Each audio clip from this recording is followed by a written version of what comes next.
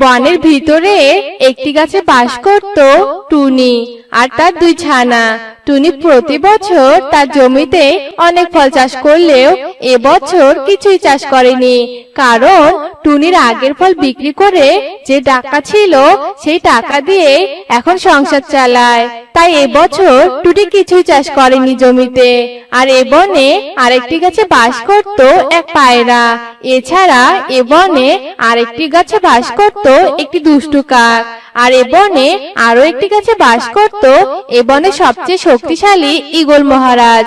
একদিন টুনি বনের ভিতর দিয়ে হাতে করে বাজারে ব্যাগ নিয়ে যাচ্ছিল।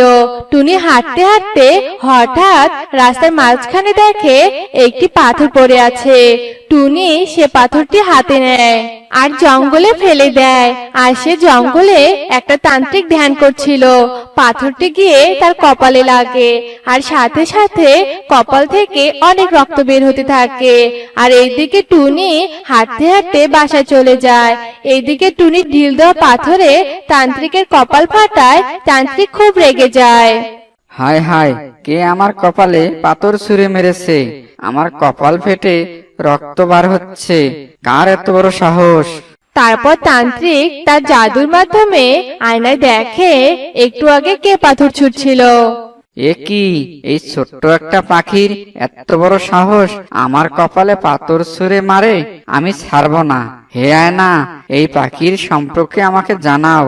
তারপর তান্ত্রিক তার জাদুর মাধ্যমে দেখে পাখিটি আসলে এ বনেই থাকে, নাম হলো টুনি। আর সবসময় এই পাখি তার একটি জমিতে চাষাবাদ করে জীবন নির্বাহ করে। হা হা হা, টুনি প্রতি বছর তার জমিতে চাষাবাদ করে। টুনি, এবার তোকে মজা দেখাবো। তোর জমিতে আমি লিপস্টিকের গাছ দিয়ে আসবো, আর সে গাছের সামন দিয়ে যেই যাবে সেই লিপস্টিক হয়ে যাবে।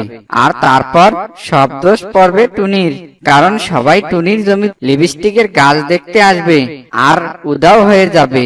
হা হা হা, প্রতিশোধ তো আমি নিয়েই ছাড়বো। তারপর তান্ত্রিক প্রতিশোধ নেওয়ার জন্য টুনির জমিতে একটি গাছ জাদু দিয়ে পাঠায় দেয়। যা গাছ যা, সবাইকে বন্দি কর। তারপর গাছটি উঠতে উঠতে টুনির জমিতে এসে বড় হয়ে যায় আর গাছে অনেক লিপস্টিক ধরে। পরের দিন সকালে এক সেনাপতি টুনির জমির পাশ দিয়ে যেতে ধরে দেখে টুনির জমিতে একটি লিপস্টিকের গাছ হয়েছে। কি, এটা কিভাবে সম্ভব? গাছে কিভাবে লিপস্টিক হলো? এখনই ঈগল মহারাজকে গিয়ে জানাতে হবে। তারপর সেনাপতি ঈগল চলে যায় মহারাজ ঈগলের কাছে। সেনাপতি ঈগল সব মহারাজকে খুলে বলে। এ কি বলছো সেনাপতি? জি মহারাজ, আমি তো তাই দেখলাম। শোনো মন্টু সেনাপতি, দেখে আসো বল্টু সেনাপতি ঠিক বলেছে নাকি। ঠিক আছে মহারাজ, আমি এক্ষুনি যাচ্ছি। তারপর মন্টু সেনাপতি টুনির জমিতে রওনা দেয়। টুনির জমিতে এসে দেখে সত্যি লিপস্টিকের গাছ হয়েছে। এ কি, এ তো সত্যি লিপস্টিকের গাছ। কি করে এটা সম্ভব হলো? এ কথা বলতেই মন্টু সেনাপতি একটা লিপস্টিকে পরিণত হয় আর গাছে ঝুলে যায়। এরপর ওই বনের দুষ্টু কাক টুনির জমির পাশ দিয়ে যেতে দেখে একটি লিপস্টিকের গাছ। একই, টুনি জমিতে লিপস্টিকের গাছ কি করে হলো? কালকেই তো দেখলাম টুনি জমি খালি, আজ গাছ কি করে হলো? আর গাছে লিপস্টিক হয় নাকি? কাক এ কথা বলতে গাছ থেকে জাদু বের হয়ে কাক লিপস্টিকে পরিণত হয়, তারপর গাছে ঝুলে যায়। এদিকে বিকেল হয়ে যায়, তবুও মন্টু ঈগল ফিরে না। এ কি, মন্টু এগোল এখনো বাসায় ফিরলো না কেন? তাকে যে কতক্ষণ হয় পাঠিয়েছি, এখনো ফিরলো না। না যাই, আমি নিজেই গিয়ে দেখি। এ কথা বলে ঈগল টুনির জমিতে যায়। ঈগল মহারাজ টুনির জমিতে এসে অবাক হয়ে যায়। আহা, আসলেই তো টুনির জমিতে লিপস্টিকের গাছ হয়েছে, কিন্তু এটা কিভাবে হলো? একই মহারাজ, আপনি টুনির জমিতে কেন? আর এই লিপস্টিকের গাছ কোথা থেকে আসলো? আরে পায়রা, সেটাই তো আমিও জানি না, কিভাবে আসলো এই গাছ। এ কথা বলতেই পায়রার ঈগল মহারাজ লিপস্টিকে পরিণত হয়ে গাছে ঝুলে যায়। এইদিকে সব সেনাপতি চিন্তায় পড়ে যায়, মহারাজ এখনো ফিরেনি। তারপর সব সেনাপতি বনে মহারাজকে খুঁজতে বের হয়, কিন্তু কোথাও খুঁজে পায় না। তারপর তারা টুনি জমিতে যায়, সেখানেও মহারাজ নেই, শুধুমাত্র গাছটি আছে। তারপর সেনাপতিরা বাসায় চলে যায়। আয় হায়, টুনির জমিতে গেলে আর তো ফিরে আসে না। মহারাজকে এখন কোথায় খুঁজবো? দেখে আসি মহারাজ টুনির বাসায় গেল নাকি। তোমরা এখানেই থাকো, আমি টুনির বাসায় গিয়ে দেখে আসি। এরপর সেনাপতি টুনির বাসায় যায়। টুনির বাসায় এসে বলে, টুনি, টুনি, মহারাজ কোথায়? কোথায় মানে? ঈগল মহারাজ তো তার বাসায় থাকার কথা। না টুনি, তোর জমিতে লিপস্টিকের গাছ হয়েছে, তা দেখতে মহারাজ তোর জমিতে যায়, তারপর আর বাসায় ফিরে না। পুরো জঙ্গল খুঁজেও মহারাজকে কোথাও পাইনি। কি কি বলছেন সেনাপতি? লিপস্টিকের গাছ আবার কবে হলো? এবছর তো আমি কিছুই চাষ করিনি জমিতে। টুনি, মিথ্যা কথা বলবি না, তোর জমিতে লিপস্টিকের গাছ হয়েছে। কি বলছেন সেনাপতি? চলুন তো আমরা জমিতে যাই। এরপর টুনি আর সেনাপতি বল্টু টুনি জমিতে যায়। জমিতে এসে দেখে আসলে জমিতে লিপস্টিকের গাছ হয়েছে, আর সেই গাছে অনেক লিপস্টিকও হয়েছে। আরে এটা কিভাবে সম্ভব? আমার জমিতে লিপস্টিকের গাছ হলো কি করে? কখনো কি লিপস্টিকের গাছ হয়? এ কথা বলতে গাছ কথা বলতে শুরু করে।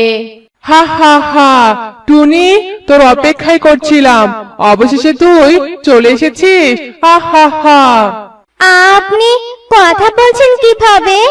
আমি জাদুর গাছ, তাই কথা বলতে পারি।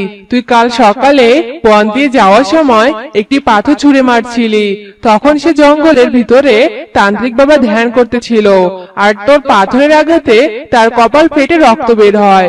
তুই এতটুকু পাখি হয়ে তাকে পাথর মারার সাহস পেলি কিভাবে? তাই তান্ত্রিক বাবা জাদুর মাধ্যমে আমাকে তোর জমিতে পাঠিয়েছে, আর এই গাছের নিচে যে আসবে তাকে জাদুর মাধ্যমে লিপস্টিক বানিয়ে ফেলবো। আজ পায়রা, কাক, ঈগল মহারাজ আর সেনাপতিকে লিপস্টিক বানিয়েছি। এই তো আমার কাছে ঝুলে আছে। হা হা হা, এখন তোদের দুজনকেও লিপস্টিক বানিয়ে ফেলবো। এসব কথা শুনে টুনি বলল, বিশ্বাস করো, সেদিন ইচ্ছে করে এরকম করিনি। আমার সেদিন মনে হয়েছিল পাথরটা রাস্তায় থাকলে সমস্যা হতে পারে, তাই আমি পাথরটা তুলে ফেলে দিয়েছিলাম সবার ভালোর জন্য। কি বলছিস তুই? দাঁড়া, আমি তান্ত্রিক মশাইকে ডাকছি। এই বলে গাছটি তান্ত্রিক মশাইকে ডাকে, আর তান্ত্রিক মশাই সেই গাছের নিচে আসে। কিরে গাছ, আমাকে হঠাৎ ডাকলি কেন? তারপর গাছ সব খুলে বলে, কিন্তু তান্ত্রিক বিশ্বাস করে না। সে তার জাদু আয়নায় সেই দিনের পাথর ঢিল দেওয়ার কিছুক্ষণ আগের ঘটনা দেখে।